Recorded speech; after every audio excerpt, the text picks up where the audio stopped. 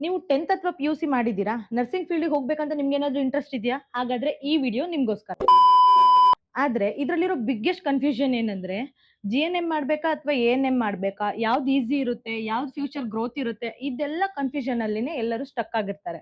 So don't very, ಈ ವಿಡಿಯೋಲಿ ನಾನು ಅದ್ರ ಬಗ್ಗೆ ಕಂಪ್ಲೀಟ್ ಕ್ಲಾರಿಟಿ ಕೊಡ್ಬೇಕಂತಾನೆ ಈ ವಿಡಿಯೋನ ಮಾಡ್ತಾ ಇರೋದು. So hi, welcome back to another video. ನನ್ನ ಹೆಸರು ಪೂಜಾ, ನಾನು ಲ್ಯಾಬ್ ಟೆಕ್ನಿಷಿಯನ್ ಆಗಿ ಕೆಲಸ ಮಾಡ್ತಾ ಇದ್ದೀನಿ. ಈಗ ಫಸ್ಟ್ ನಾವು ಎ-ಎನ್-ಎಂ ಬಗ್ಗೆ ತಿಳ್ಕೊಳ್ಳೋಣ. ಎ-ಎನ್-ಎಂ ಅಂದ್ರೆ ಆಕ್ಸಿಲರಿ ನರ್ಸ್ ಮಿಡ್ವೈಫ್ ಅಂತ ಹೇಳಿ. ಇದ್ರದ್ದು ಡ್ಯೂರೇಷನ್ ಬಂದ್ಬಿಟ್ಟು 2 ವರ್ಷ ಇರುತ್ತೆ. ಎಲಿಜಿಬಿಲಿಟಿ ನೀವು 10th ಆದ್ಮೇಲೆ ಮಾಡ್ಬೋದು. ಇದ್ರಲ್ಲಿ ನಿಮ್ಗೆ ಬೇಸಿಕ್ ನರ್ಸಿಂಗ್ ಲೆವೆಲ್ ನ ಹೇಳ್ಕೊಡ್ತಾರೆ. ನೀವೇನಾದ್ರೂ ಎ-ಎನ್-ಎಂ ಮಾಡಿದ್ರೆ ನೀವು ವಿಲೇಜ್ ಹೆಲ್ತ್ ವರ್ಕರ್ ಆಗಿ ಕೆಲಸ ಮಾಡಬಹುದು. ಇಲ್ಲ ಅಂತ ಹೇಳಿದ್ರೆ ಕ್ಲಿನಿಕಲ್ ಅಸಿಸ್ಟೆಂಟ್ ಆಗಿ ಕೂಡ ಕೆಲಸ ಮಾಡಬಹುದು. ಈ ಕೋರ್ಸ್ ನ ಕಂಪ್ಲೀಟ್ ಮಾಡಕ್ಕೆ ಪರ್ ಇಯರ್ ನಿಮ್ಗೆ 20 ರಿಂದ 80,000 ಖರ್ಚಾಗುತ್ತೆ, ಇನ್ಕ್ಲೂಡಿಂಗ್ ಗೌರ್ಮೆಂಟ್ ಅಥವಾ ಪ್ರೈವೇಟ್ ಕಾಲೇಜ್ ಎರಡು ಸೇರಿ. ಈಗ ನೆಕ್ಸ್ಟ್ ಜಿ-ಎನ್-ಎಂ ನೋಡೋಣ. ಜಿ-ಎನ್-ಎಂ ಅಂದ್ರೆ general nursing and mid wife ಅಂತ ಹೇಳಿ.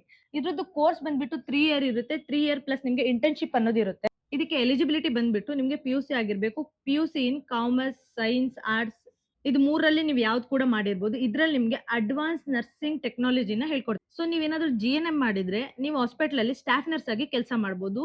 ಮತ್ತೆ ನೀವು ಈ ಜಿ-ಎನ್-ಎಂ ಕೋರ್ಸ್ ನ ಮುಗ್ಸಕ್ಕೆ ನಿಮ್ಗೆ ಫೀಸ್ ಬಂದ್ಬಿಟ್ಟು 50 ರಿಂದ 1.5 ಲಕ್ಷದವರೆಗೂ ಇರುತ್ತೆ. ಎ-ಎನ್-ಎಂ ಅಂದ್ರೆ ಲೈಕ್ ರೂರಲ್ ಸೈಡ್ ಅಲ್ಲಿ ಜಾಬ್ ಆಪರ್ಚುನಿಟೀಸ್ ಜಾಸ್ತಿ ಸಿಗುತ್ತೆ. ಅದೇ ಜಿ-ಎನ್-ಎಂ ಮಾಡ್ಕೊಂಡ್ರೆ ಹಾಸ್ಪಿಟಲ್ ಸೈಡ್ ಅಲ್ಲಿ ಜಾಬ್ ಸಿಗುತ್ತೆ, ಹಾಗೆ ರೆಸ್ಪೆಕ್ಟ್ ಪ್ಲಸ್ ಸ್ಯಾಲರಿ ಕೂಡ ಜಾಸ್ತಿ ಸಿಗುತ್ತೆ. ಈಗ ಕೀ ಡಿಫ್ರೆನ್ಸಸ್ ನೋಡೋದಾದ್ರೆ, ಎ-ಎನ್-ಎಂ ಅಂತ ಹೇಳಿದ್ರೆ ಜಸ್ಟ್ ಬೇಸಿಕ್, ಅದೇ ಜಿ-ಎನ್-ಎಂ ಅಂತ ಹೇಳಿದ್ರೆ ಪ್ರೊಫೆಷನಲ್ ನರ್ಸ್ ಇದ್ದಂಗೆ. ಜಿ-ಎನ್-ಎಂ ಏನಾದ್ರು ಮಾಡಿದ್ರೆ ಡೈರೆಕ್ಟ್ ಆಗಿ ನೀವು BSc ನರ್ಸಿಂಗ್ ಹೋಗೋ ಚಾನ್ಸಸ್ ಕೂಡ ಇರುತ್ತೆ. ಇನ್ನ most important salary break down. ANM ಗೆ 10 ರಿಂದ 20,000 ಸ್ಯಾಲರಿ ಇತ್ತು ಅಂತ ಹೇಳಿದ್ರೆ ಅದೇ ಜಿ-ಎನ್-ಎಂ ಗೆ 20 ರಿಂದ 40,000 ಗಂಟ ಸ್ಯಾಲರಿ ಇರುತ್ತೆ. ಅಂಡ್ ಜಿ-ಎನ್-ಎಂ ಅವ್ರಿಗೆ ಅಬ್ರಾಡ್ ಹೋಗೋ ಚಾನ್ಸಸ್ ಕೂಡ ಇರುತ್ತೆ. ಹಾಗೆ ಎ-ಎನ್-ಎಂ ಅವ್ರಿಗೆ ಅಬ್ರಾಡ್ ಹೋಗೋ ಚಾನ್ಸಸ್ ಸ್ವಲ್ಪ ಕಮ್ಮಿ.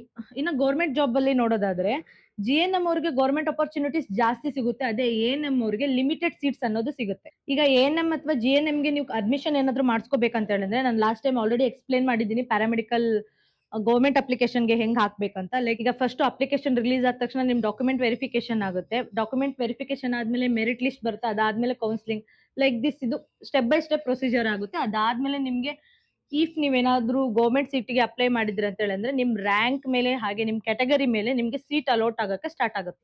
ಸೊ ಈಗ ನಾನ್ ಹೇಳಿರೋ ಡೀಟೇಲ್ಸ್ ಮೇಲೆ ನೀವು ಎ-ಎನ್-ಎಂ ಚೂಸ್ ಮಾಡ್ತೀರಾ ಅಥವಾ ಜಿ-ಎನ್-ಎಂ ಚೂಸ್ ಮಾಡ್ತೀರಾ? ಯಾವ್ದು ಚೂಸ್ ಮಾಡ್ತೀರಾ ಅಂತ ಹೇಳಿ ಕಮೆಂಟ್ ಬಾಕ್ಸ್ ಅಲ್ಲಿ ಕಮೆಂಟ್ ಮಾಡಿ. ಸೊ ನಾನ್ ನಿಮ್ಗೆಲ್ರಿಗೂ ಹೇಳೋದು ಏನಂದ್ರೆ, ಈ ವಿಡಿಯೋ ನೋಡಿ ನೀವೇನಾದ್ರೂ ಕರೆಕ್ಟ್ ಕೋರ್ಸ್ ನ ಸೆಲೆಕ್ಟ್ ಮಾಡಿದ್ರೆ ನಿಮ್ ಲೈಫ್ ಸೆಟಲ್ ಆಗ್ಬೋದು. ಅದ್ರ ಜೊತೆ ಸ್ಟೇಬಲ್ ಲೈಫ್ ಹಾಗೆ ಸ್ಯಾಲರಿ ಗ್ರೋತ್ ಕೂಡ ಸಿಗುತ್ತೆ.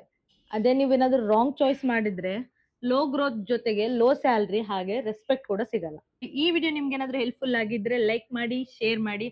ಹಾಗೆ ನಿಮ್ಗೆ ಇದೇ ತರ ಮೆಡಿಕಲ್ ಗೈಡೆನ್ಸ್ ಬೇಕು ಅಂತ ಹೇಳಿದ್ರೆ ನನ್ನ ಚಾನೆಲ್ ನ ಸಬ್ಸ್ಕ್ರೈಬ್ ಮಾಡ್ಕೊಳ್ಳಿ. See in the next video. Until then, by.